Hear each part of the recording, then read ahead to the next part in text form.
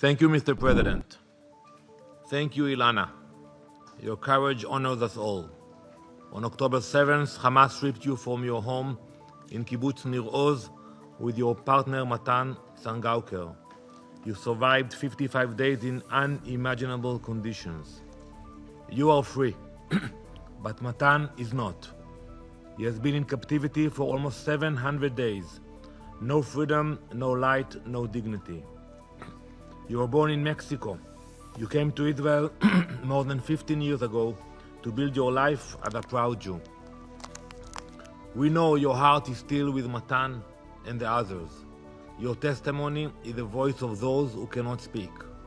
It is a living reminder of the unbearable suffering that the hostages are still enduring. Their freedom cannot wait. The report on sexual violence in armed conflict confirms what we have always known and what Ilana bravely shared. Hamas used sexual violence as a weapon of war. Survivors deserve action, no doubt. Blacklist Hamas now. The Security Council must finally designate them as the terrorist organization they are. So despite all the lies in this room, we will not lose sight of our goal: to bring Matan home. To bring them all home. Council members, some of you have forgotten about Matan. You have forgotten how this all began, and the truth above why it continues. We will not leave them behind. Their freedom cannot wait. That is why the war continues. To free our people and end Hamas's reign of terror. But instead of focusing your attention on the hostages or on the crimes of the Hamas terror organization, a campaign of diversion from these issues continues. An echo chamber that swaps facts for slogans. Look no further for evidence than the IPC report. Maybe we should call it the fabricated report. The IPC lowered its own thresholds to manufacture a so-called famine. It cut the global standard from 30% to 15% for this report only, and ignored its second criteria altogether. I will get to that later. It refused to count most of the aid that did not pass through the UN. It used flawed methods while ignoring the wider data available because it didn't serve its narrative. By design, it misrepresents the true data. Across its many pages, and I'm sure you read some of the report, more than 50 pages. Across its many pages, Hamas is not mentioned even once. The terrorist organization that began this war and steals the aid for its own use is not even mentioned. One of the report's co-authors is Mr. Andrew Seal. Mr. Seal is a radical anarchist who publicly accused Israel of genocide already in October 2023.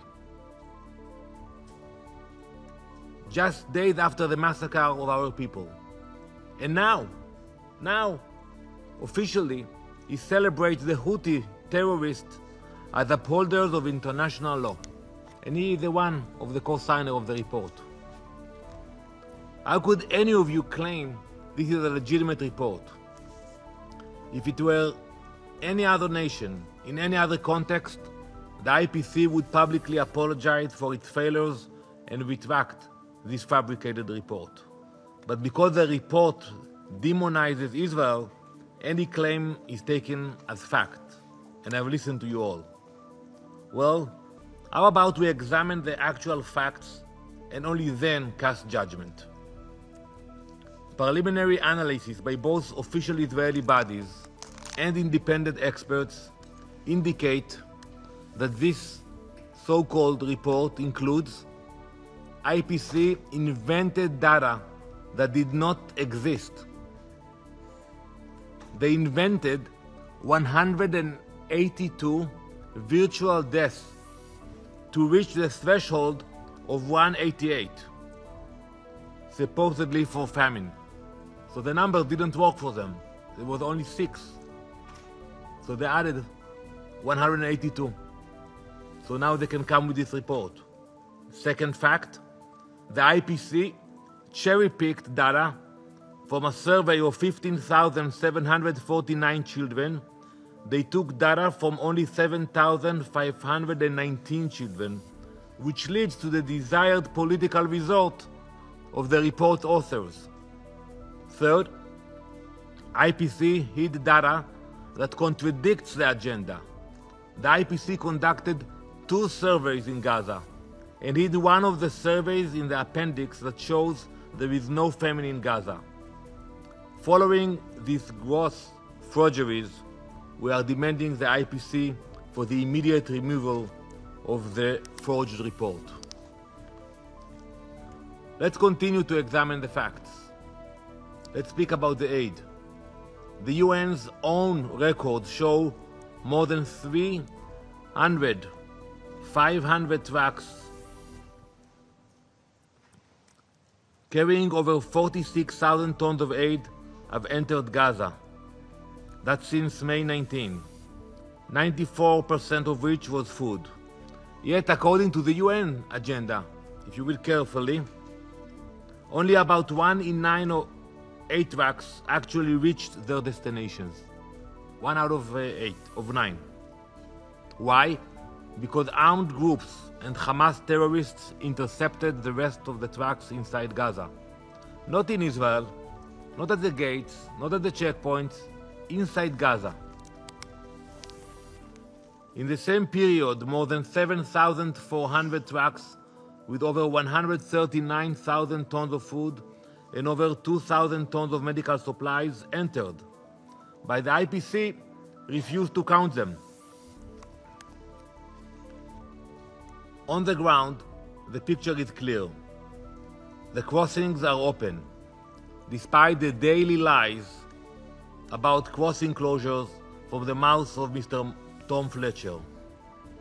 On a typical recent day, 300 to 400 truckloads are collected inside Gaza, while hundreds more sit waiting on the Gaza side for the UN to distribute it.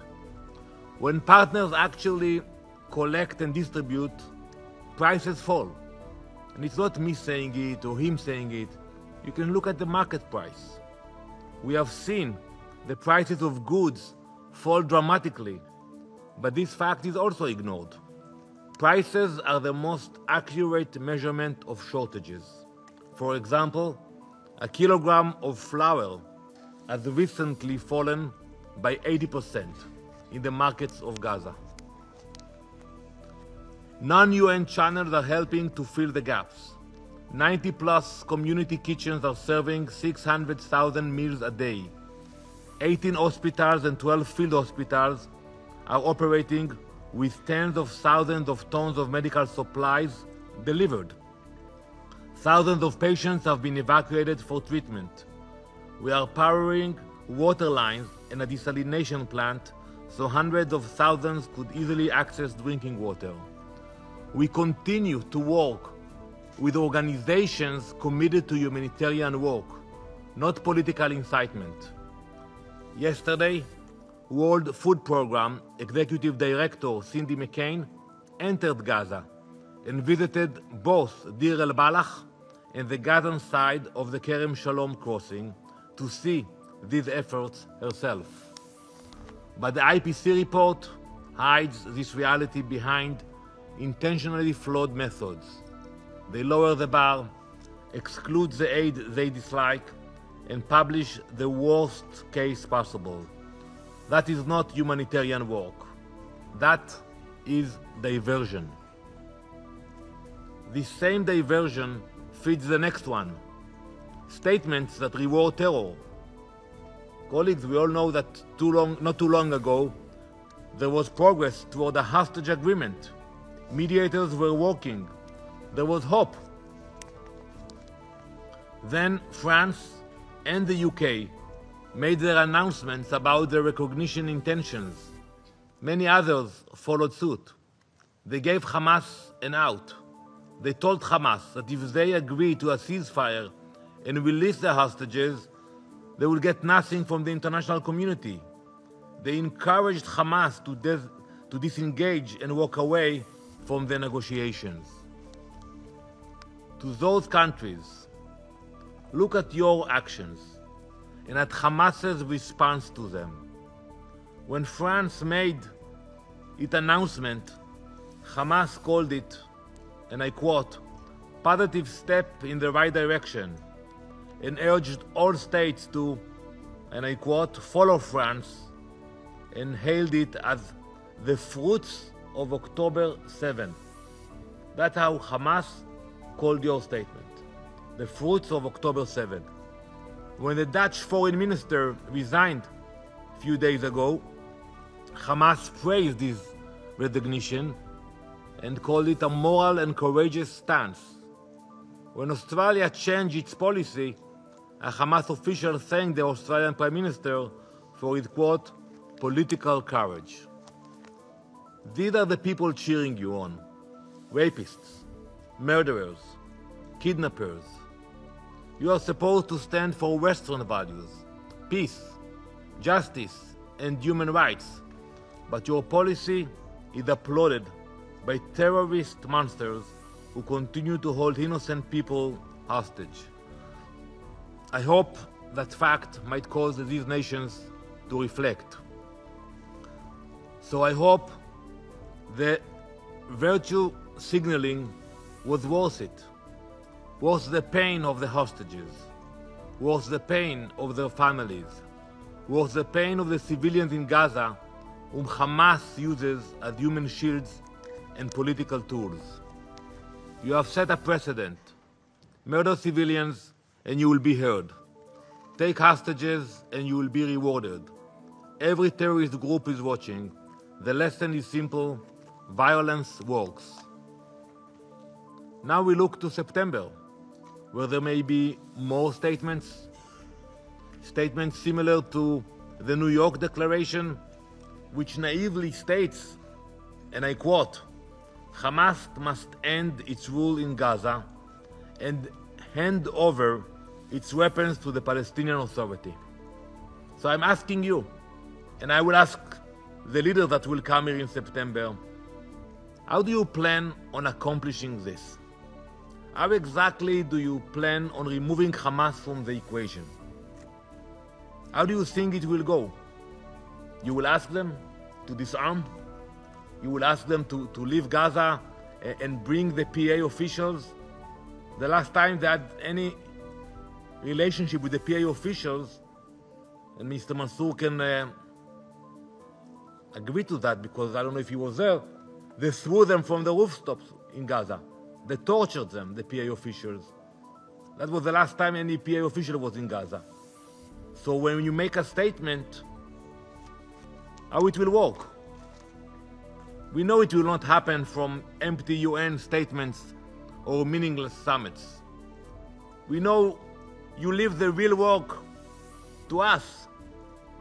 You may not say it, but you know it too. At least be honest about what your statements really mean. Empowering Hamas and allowing them to continue to exploit the people of Gaza and threaten the people of Israel? That's what it means if they will stay there. And I tell you today, we will never allow that to happen. Mr. President, this Council can keep chasing distractions or return to core principles. The hostages, say their names, demand proof of life, demand they receive aid, medical care, and visits from the Red Cross. Use real pressure on those who hold leverage over Hamas. Make their return the first sentence of every statement in this chamber until they are home. Hamas's rule must end. Any meaningful future for Palestinians and Israelis require it.